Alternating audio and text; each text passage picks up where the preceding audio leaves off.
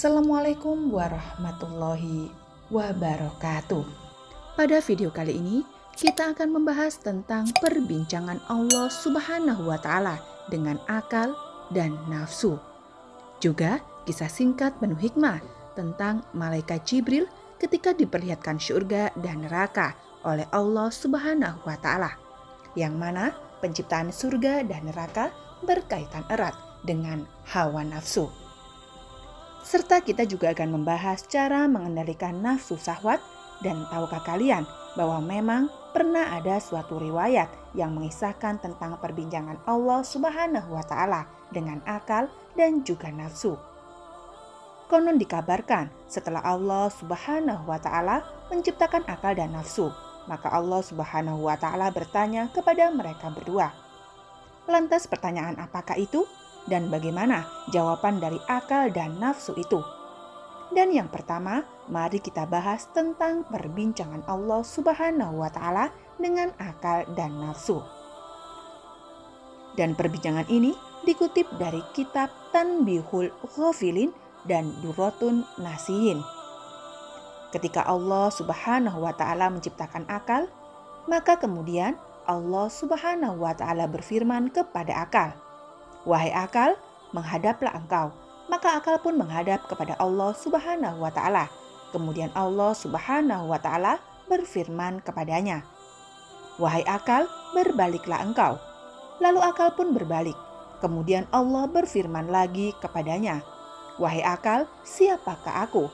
Lalu akal pun menjawab, "Kau adalah Tuhan yang menciptakan aku, dan aku adalah hamba-Mu yang lemah." Lalu Allah Subhanahu wa Ta'ala berfirman lagi kepadanya, "Wahai akal, tidak kuciptakan makhluk yang lebih mulia dari engkau." Setelah itu Allah Subhanahu wa Ta'ala menciptakan nafsu. Lalu Allah Subhanahu wa Ta'ala pun berfirman kepada nafsu, "Wahai nafsu, menghadaplah engkau." Nafsu tidak menjawab sepatah kata pun dan justru mendiamkan diri. Kemudian Allah Subhanahu wa Ta'ala berfirman lagi, "Siapakah engkau dan siapakah aku?" Lalu nafsu berkata, "Aku adalah aku dan engkau adalah engkau." Setelah itu Allah Subhanahu wa Ta'ala menghukum nafsu selama 1000 tahun di neraka Jahim yang sangat panas. Dan dalam riwayat lain dikatakan bahwa Allah Subhanahu wa Ta'ala menghukum nafsu selama 100 tahun. Setelah Allah menghukum nafsu di neraka Jahim selama 100 tahun, kemudian Allah mengeluarkannya dan berfirman lagi kepadanya, "Wahai nafsu, siapakah engkau dan siapakah aku?" Lalu nafsu menjawab kembali, "Aku adalah aku dan engkau adalah engkau." Lalu Allah berfirman lagi, "Masih begitu jugakah engkau, wahai nafsu?" Lalu Allah memasukkan nafsu ke dalam neraka jua, yaitu neraka yang penuh dengan rasa kelaparan. Nafsu dimasukkan ke neraka selama 1000 tahun dan dilaparkan. Allah Subhanahu wa Ta'ala menciptakan nafsu itu sebagai cobaan untuk menguji manusia yang sudah sanggup memikul amanah, dan juga sebagai sebuah penyaring bagi perbuatan anak cucu Adam. Tiap-tiap perbuatan anak cucu Adam yang dilandasi sifat masmunah atau sifat buruk seperti ria, sombong, dan sebagainya akan tinggal dalam saringan nafsu sebagai ampas, dan segala perbuatan anak cucu Adam yang ikhlas karena Allah akan melewati saringan hawa nafsu dan sampai kepada Allah Subhanahu wa Ta'ala. Yang kedua, kita akan membahas tentang malaikat Jibril diperlihatkan surga dan neraka, yang mana penciptaan surga dan neraka berkaitan erat dengan hawa nafsu. Dan pembahasan ini dikutip dari hadis riwayat Ahmad, Abu Daud, dan At-Tirmizi. Allah Subhanahu wa Ta'ala itu Maha Adil karena Dia memiliki asma al-adlu, yaitu Maha Adil. Allah melengkapkan manusia selain nafsu dan akal dan juga ruh. Keberadaan nafsu, akal, dan ruh sangat erat kaitannya dengan tujuan penciptaan surga dan juga neraka, ciptaan Allah bagi manusia. Tentang kisah penciptaan surga dan neraka, Rasulullah Shallallahu Alaihi Wasallam pernah bersabda, ketika Allah menciptakan surga dan neraka, Dia mengutus malaikat Jibril untuk melihat ke surga. Lalu Allah Subhanahu wa Ta'ala berfirman, "Lihatlah ke surga dan lihatlah apa saja yang aku telah sediakan untuk para calon penghuninya." Maka malaikat Jibril pun mendatangi surga dan kemudian ia melihat surga. Dan kepada apa yang Allah telah sediakan untuk para calon penghuninya. Lalu malaikat Jibril kembali kepada Allah dan berkata, "Demi keperkasaanmu, tidak ada seorang pun yang mendengar tentang surga, terkecuali dia pasti ingin memasukinya." Lalu Allah Subhanahu wa Ta'ala memerintahkan agar surga dikelilingi oleh hal-hal yang dibenci oleh nafsu. Kemudian Allah Subhanahu wa Ta'ala berfirman kepada malaikat Jibril, "Kembalilah ke surga dan lihatlah, serta lihat pula apa yang aku telah sediakan untuk para calon penghuninya." Maka malaikat Jibril pun kembali ke surga. Ketika itu, surga telah dikelilingi oleh perkara-perkara yang tidak disukai oleh nafsu. Kemudian dia kembali kepada Allah dan berkata, "Demi keperkasaanmu, sungguh aku takut kalau tidak akan ada seorang pun yang mau memasukinya." Kemudian Allah Subhanahu wa Ta'ala berfirman, "Pergilah ke neraka, lihatlah neraka dan kepada apa yang telah aku persiapkan untuk para calon penghuninya." Maka dilihatnya neraka. Sebagiannya menghantam sebagiannya yang lain. Lalu malaikat Jibril kembali dengan berita tersebut dan berkata, "Demi keperkasaanmu, tidaklah ada seorang pun yang mendengar tentang neraka, kemudian ia berniat untuk memasukinya." Kemudian Allah memerintahkan agar neraka dikelilingi oleh hal-hal yang diingini oleh hawa nafsu. Kemudian Allah Subhanahu wa Ta'ala berfirman lagi kepada malaikat Jibril, "Kembali ke neraka." Malaikat Jibril pun kembali ke neraka. Lalu malaikat Jibril berkata, "Demi keperkasaanmu, aku khawatir tidak akan ada yang selamat dari neraka, kecuali ia pasti akan memasukinya." Hadis riwayat Ahmad, Abu Daud, dan At-Tirmizi. Setiap makhluk hidup memiliki hawa nafsu, terutama manusia. Sejak manusia lahir, Allah membekalinya dengan nafsu agar dapat menjalankan kehidupannya secara wajar sebagai makhluk hidup di dunia. Salah satu nafsu yang dimiliki oleh manusia adalah nafsu syahwat. Nafsu syahwat dapat mendatangkan kebaikan apabila dikelola dengan baik. Namun sebaliknya akan menjadi musuh besar bagi manusia apabila ia tidak dapat mengendalikan nafsunya. Dalam Kamus Bahasa Indonesia, syahwat diartikan sebagai nafsu untuk bersetubuh atau kebirahian. Kami mengutip dari beberapa sumber bahwa Allah menciptakan manusia dengan disertai syahwat, dengan faedah dan manfaat di dalamnya, yaitu untuk menghasilkan keturunan. Namun, apabila nafsu ini tidak dapat dikendalikan dengan baik, maka akan mendatangkan petaka. Sesungguhnya, Allah telah menuliskan bagi anak-anak Adam bagian dari zina. Ia pasti akan mendapatkannya. Zinanya mata memandang yang diharamkan, zinanya lisan membicarakannya, zinanya jiwa mengharap dan membayangkannya, sedangkan kemaluannya akan membenarkan hal tersebut atau mendustakannya. Hadis riwayat Tirmizi. Dalam Al-Quran Surah Yusuf ayat 31, Allah Subhanahu wa Ta'ala berfirman, "Maka tatkala wanita itu, artinya Zulaikha, mendengar cercaan mereka, diundangnyalah wanita-wanita itu dan disediakannya bagi mereka tempat duduk dan diberikannya kepada masing-masing mereka sebuah pisau untuk memotong jamuan. Kemudian dia berkata kepada Yusuf, 'Keluarlah, nampakkanlah dirimu kepada mereka.' Maka tatkala wanita-wanita itu melihatnya, mereka kagum kepada keelokan rupanya. Mereka melukai jari tangannya dan berkata, 'Maha sempurna Allah, ini bukanlah manusia. Sesungguhnya ini tidak lain hanyalah malaikat yang mulia.'"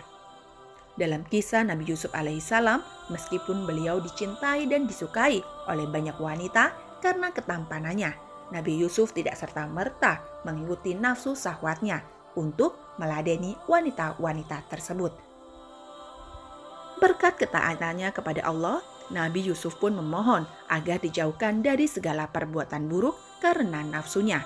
Dan berikut ini adalah cara mengendalikan nafsu syahwat. Untuk mengendalikan nafsu syahwat agar tidak menimbulkan perbuatan-perbuatan buruk, maka terdapat beberapa cara yang dapat dilakukan oleh seseorang, yaitu sebagai berikut. Yang pertama, menjalankan puasa. Dengan menjalankan puasa wajib ataupun sunnah, maka seseorang tersebut juga berlatih untuk mengatur hawa nafsunya. Puasa akan membuat seseorang menjadi terlindungi dari kerusakan akibat nafsu syahwat. Dalam surah Al-Baqarah ayat 183, Allah Subhanahu wa Ta'ala berfirman, Hai orang-orang yang beriman, diwajibkan atas kamu berpuasa, sebagaimana diwajibkan atas orang-orang sebelum kamu, agar kamu bertakwa. Rasulullah Shallallahu Alaihi Wasallam bersabda, puasa itu adalah perisai, maka apabila seorang dari kalian sedang melaksanakan puasa, janganlah dia berkata rafats ataupun kotor, dan jangan pula bertingkah laku jahil seperti mengejek atau bertengkar sambil berteriak.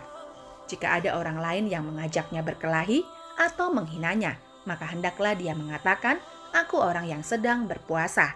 Aku orang yang sedang puasa. Hadis riwayat Imam Malik dalam Al-Muwatta, Imam Bukhari dalam Sahihnya, dan Imam Muslim dalam Sahihnya. Yang kedua, cara mengendalikan nafsu adalah memperbanyak doa. Untuk mengendalikan hawa nafsu syahwat, seseorang dapat memperbanyak doa sebagai berikut. Ya Allah, aku berlindung kepadamu dari akhlak, amal, dan nafsu yang jelek. Hadis riwayat Tirmizi. Yang ketiga, memperbanyak istighfar. Dengan naiknya nafsu syahwat, maka setan akan semakin menggoda manusia untuk melampiaskan nafsu tersebut kepada hal-hal yang dilarang oleh Allah. Salah satunya adalah berbuat zina. Untuk itu, agar tidak mudah tergoda oleh godaan setan yang terkutuk, perbanyaklah membaca istighfar agar senantiasa ingat dengan Allah. Dalam surat Al-A'raf ayat 20, Allah Subhanahu wa Ta'ala berfirman, "Dan jika kamu ditimpa sesuatu godaan setan, maka berlindunglah kepada Allah." Yang keempat adalah sholat malam. Rasulullah Shallallahu Alaihi Wasallam bersabda, sesungguhnya aku biasa tidur dan sholat, berpuasa dan berbuka, dan aku menikahi wanita-wanita, maka bertakwalah kepada Allah. Wahai Utsman, karena sesungguhnya keluargamu memiliki hak yang menjadi kewajibanmu, tamumu memiliki hak yang menjadi kewajibanmu, dan jiwamu memiliki hak yang menjadi kewajibanmu. Maka puasalah, berbukalah, sholatlah pada sebagian waktu malam, dan tidurlah pada sebagian waktu malam. Yang kelima, menjaga pandangan. Menjaga hawa nafsu dapat dilakukan dengan cara menjaga pandangan. Menjaga pandangan ini artinya menjaga mata dari melihat hal-hal yang tidak semestinya dilihat, karena akan menimbulkan dosa. Dalam Al-Quran Surat An-Nur ayat 30, Allah Subhanahu wa Ta'ala berfirman, katakanlah kepada orang laki-laki yang beriman, hendaklah mereka menahan pandangannya dan memelihara kemaluannya. Yang demikian itu adalah lebih suci bagi mereka. Sesungguhnya Allah Maha mengetahui apa yang mereka perbuat. Dan yang keenam adalah perbanyak baca Al-Quran.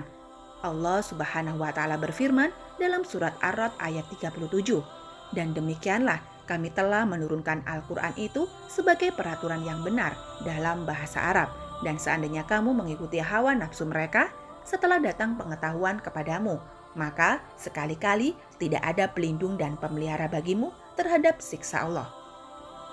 Yang ketujuh adalah berkumpul dengan orang solih. Salah satu hal yang dapat mempengaruhi perilaku seseorang adalah lingkungan pertemanannya. Maka dari itu, berkumpul dan bertemanlah dengan orang-orang solih agar tidak tergiur untuk menegati perbuatan-perbuatan yang tidak baik yang dihasilkan oleh nafsu syahwat.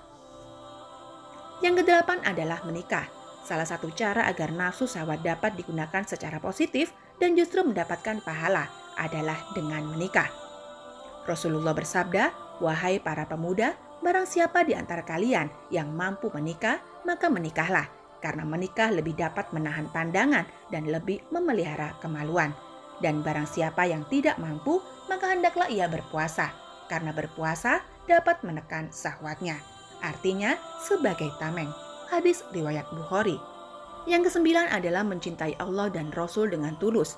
Dalam surat At-Taubah ayat 24, Allah berfirman, katakanlah jika bapak-bapak, anak-anak, saudara-saudara, istri-istri kaum keluargamu, harta kekayaan yang kamu usahakan, perniagaan yang kamu khawatir kerugiannya, tempat tinggal yang kamu sukai adalah lebih kamu cintai dari Allah dan Rasul-Nya dan dari berjihad di jalannya, maka tunggulah sampai Allah mendatangkan keputusannya dan Allah tidak memberi petunjuk kepada orang-orang yang fasik. Yang ke-10 adalah menghindari pemicu naiknya nafsu syahwat. Cara terakhir adalah menghindari pemicu naiknya nafsu syahwat, seperti dengan menjaga pandangan dan menjaga jarak dengan lawan jenis. Dan inilah sedikit video tentang percakapan langsung dengan Allah Subhanahu wa Ta'ala. Kisah singkat yang menakjubkan, namun penuh hikmah dan cara mengendalikan nafsu. Dan semoga dari kisah dan video ini kita bisa mengambil beberapa pelajaran dan hikmah.